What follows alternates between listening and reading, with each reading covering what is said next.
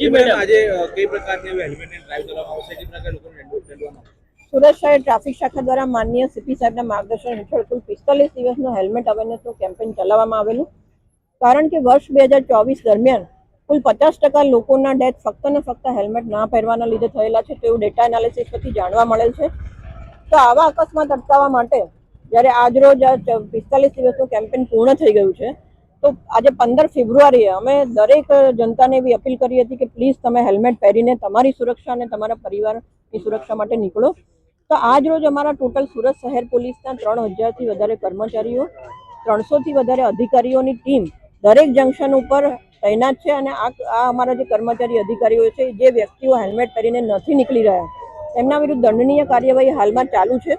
સાથે સાથે સ્થળ દંડની સાથે સાથે અમે અમારા 772 સીસીટીવી કેમેરાના માધ્યમથી અને વન નેશન વન ચલણ મોબાઈલ એપ અને વીઓસી એપના માધ્યમથી જે લોકો હેલ્મેટ પહેરીને નથી નીકળી રહ્યા તેમના ફોટો અને વિડીયો સાથે એક ઈ ચલણ જનરેટ કરવાની કામગીરી પણ હાલમાં ચાલુ છે. અમે ડ્રોનના ઉપયોગની મદદથી એવા જંકશનો અને વિસ્તારો આઈડેન્ટિફાઈ કરી રહ્યા છે કે જ્યાં લોકો હેલ્મેટનું પ્રમાણ જે પહેરવાનું છે એ ઓછું છે અને ક્યાંક ને ક્યાંક લોકો જે છે ટાળી રહ્યા છે. તો એવા લોકોને ટાર્ગેટ કરી આવા જંકશન અને વિસ્તારો આઈડેન્ટિફાઈ કરીને પછી અમે એવા વિસ્તારો પર સ્પેશિયલ ફોકસ આપીને હેલ્મેટની કામગીરી કરાવીશું. સાથે સાથે હું એવા 70 થી 75% સ્મૃતિઓ કે જે અત્યારે હેલ્મેટ પહેરીને નીકળી રહ્યા છે તેમને ચોક્કસ અભિનંદન આપીશ કે સ્વયંશિસ્ત તેમણે સિગ્નલમાં જેવું દાખવ્યું હતું એવું જ સ્વયંશિસ્ત તેમણે હેલ્મેટમાં દાખવ્યું છે.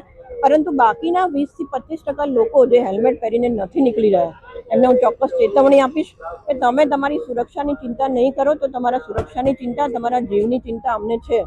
અને એટલે ચોક્કસપણે જે પણ સુરતના શહેરીજનો હેલ્મેટ પહેરીને નહીં નીકળે તેમને સ્થળ દંડની સાથે સાથે ઈ ચલણ સીસીટીવી કેમેરાના માધ્યમથી જનરેટ કરી એમના સુધી પહોંચાડવામાં આવશે. મોબાઈલ એપના માધ્યમથી એમના પર પહોંચાડવામાં આવશે.